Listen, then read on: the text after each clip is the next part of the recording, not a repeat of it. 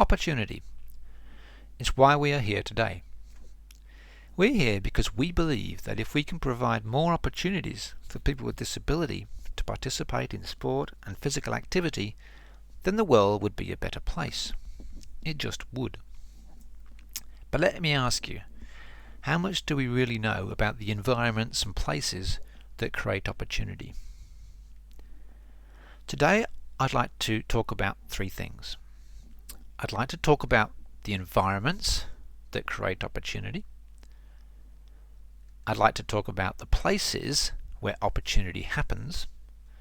And finally, I'm going to try and bring that together under one model of opportunity. Let me first explain what I mean by environments and places. When I talk about environments and places, I'm talking about people, because it's people that create opportunity. Without people, you don't have opportunity. You can have the best manuals, the best facilities and the best equipment, but without people these aren't worth anything. So I'll be talking about people, so I'll be talking about the people that make environments and places that ultimately create opportunity. An environment, as I talk about it here, is simply the context around places. For a place to exist, there must be an environment. For example, consider the school gymnasium. For a gymnasium to exist, there has to be policies and funding provided by an education department. They operate because of school administrators and facility staff, and you need teachers to teach in them. All these create an environment for the gymnasium to exist. Of course, the place is the gymnasium. The place happens because there are people using it. Teachers, coaches and volunteers are in the place. We need these people to make the place happen. I hope that is clear.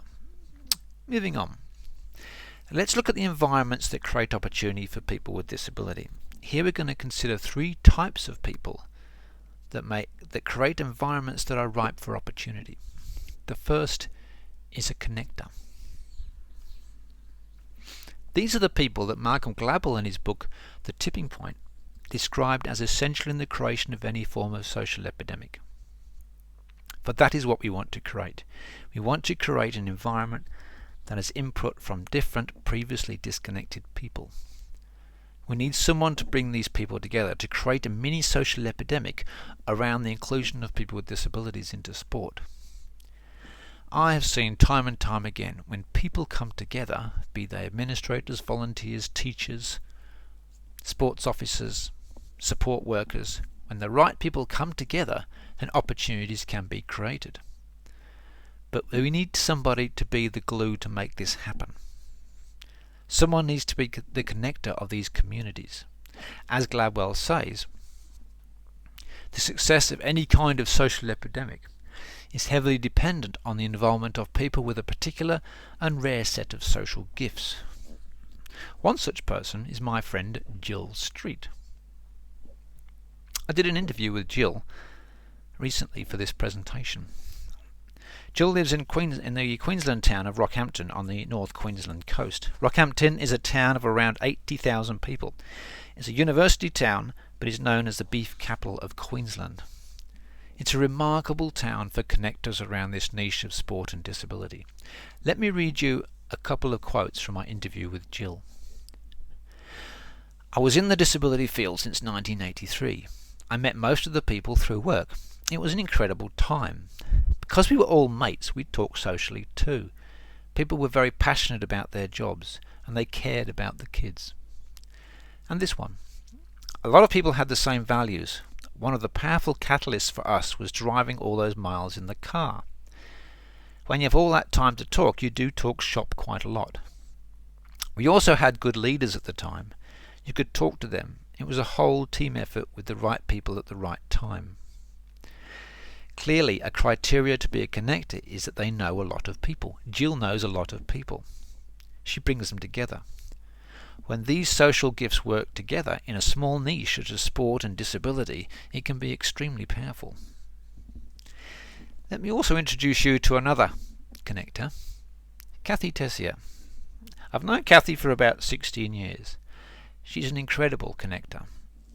She was the manager of our program in the state of Victoria from around 1995 to 2005. At its peak, almost single-handedly, she was responsible for training around 3,000 people annually in disability sport education, purely on the strength of her connections. Even today, if I want to find someone in Victoria in sport, particularly in disability sport, I call Kathy. Again, I interviewed Kathy for this presentation. Here are some of the things that Kathy said. Everyone's got a connection somehow, so it's really just finding the right people. And I think at the end of the day, it is really about their values and their philosophy on life. And so it became an army or a team of people that are supported both professionally and personally to go ahead and really make a difference. So it is the team you create. This is much more important than anything else you do. Also, just to say thank you, you did a great job, was important, and it really motivates people. I think those little things mean a great deal. Interesting that both Jill and Kathy talked about shared values and about doing the little things that harness the network. They also talked about the network as a social one as well as a professional one. Both Jill and Kathy deliberately harnessed a social aspect of the network, something that was beyond the professional role they were in. They were able to do that because of the shared values and the strength of their personality as a connector. It's not simply knowing a lot of people though. Consider this. We all have strong and weak ties. Our friends and our family are often our strong ties. Many of our acquaintances and work colleagues are weak ties. We tend to let go of our weak ties over time as life moves on, but connectors retain their weak ties to an extraordinary level. This is important and key to developing niche social epidemics. We need people who have that extraordinary knack of retaining weak ties and using those ties for a particular purpose. In this case, creating environments that create opportunity. So we need niche connectors, and the good news, they are everywhere if we know what to look for. As Gladwell says, sprinkled among every walk of life are a handful of people with a truly extraordinary knack of making friends and acquaintances. They are connectors. The second type of person we need to create opportunities are the mavens. Mavens comes from a Yiddish word, meaning one who accumulates knowledge.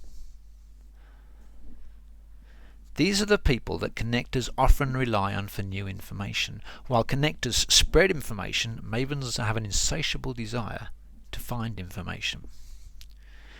Linda Price is a marketing professor at the University of Nebraska, and she has done a lot of research on mavens. She says, a maven is a person who has information on a lot of different things.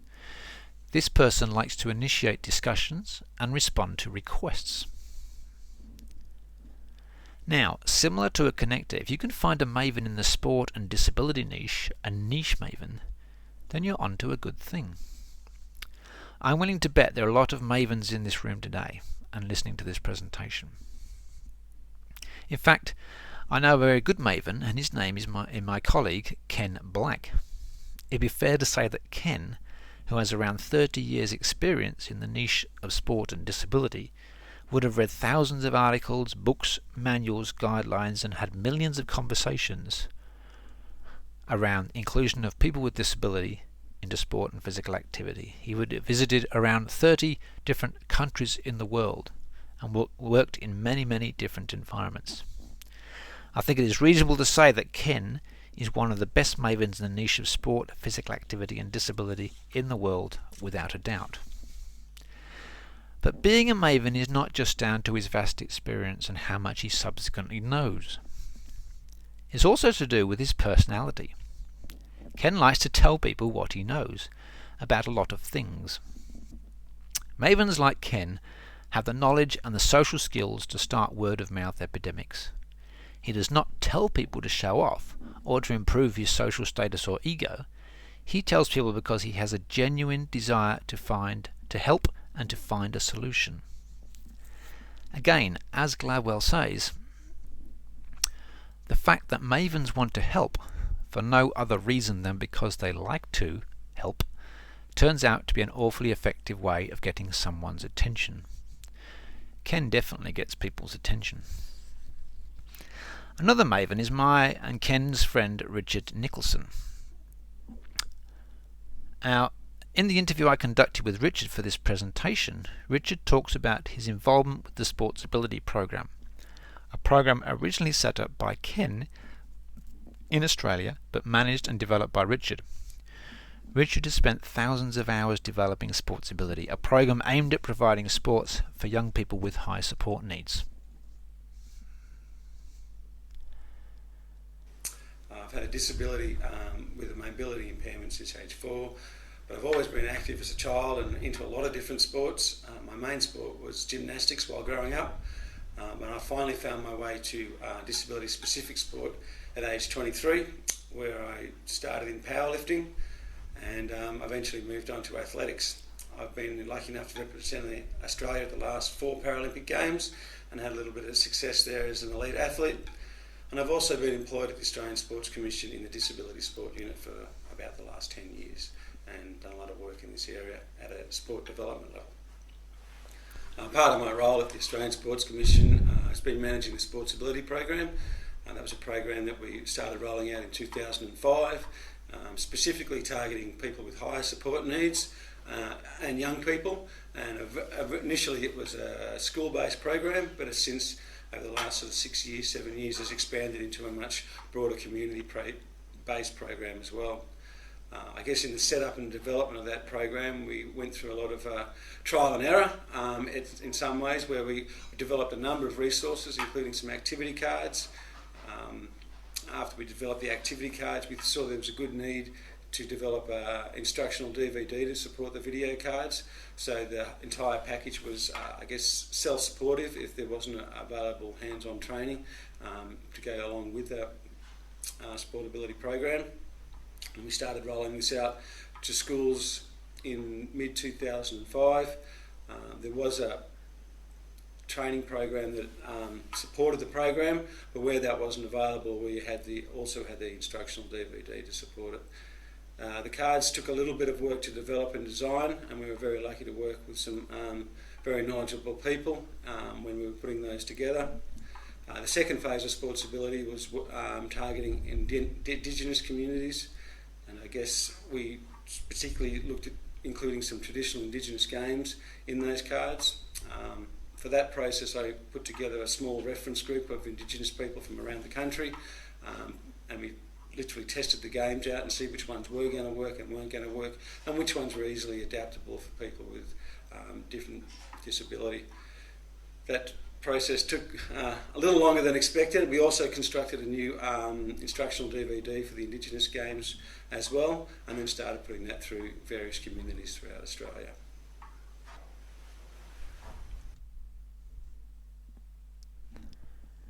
Ken and Richard both pass what Professor Anders Ericsson calls the 10,000 hours test.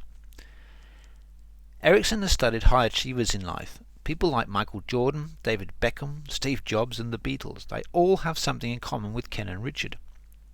It's not their bank balance, I can tell you. It's the fact that they have completed at least 10,000 hours practice in what makes them an expert or a maven. Ken would be over 20,000 hours in a very specific niche. So people like Ken and Richard are mavens because of their personality, but also because they have invested a huge amount of time in their chosen field. Generally though, the one thing that mavens aren't is a persuader. Mavens are teachers. They are information brokers. If social epidemics are to start though, someone needs to persuade us to do something. While connectors are the social glue, and mavens are our databanks, we still need someone who is able to persuade us even if we are unconvinced. Many people are unconvinced about the opportunities people with disabilities could have in sport and physical activity. They need persuading.